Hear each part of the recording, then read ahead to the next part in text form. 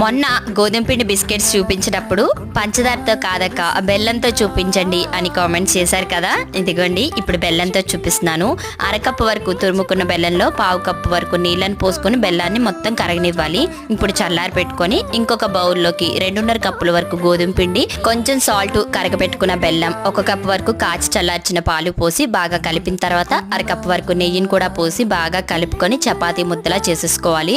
ఇప్పుడు ఈ ముద్దని ఒక్క 10 నిమిషాల పాటు నాననిచ్చి తర్వాత చపాతీ కర్రతో చపాతీలా చేసేసుకోవడమే. మరి పల్చగా కాదు, అలానే మందంగా కాదు, మీడియం సైజులో చపాతీలు చేసుకొని నచ్చిన షేప్లో కట్ చేసుకోవడమే.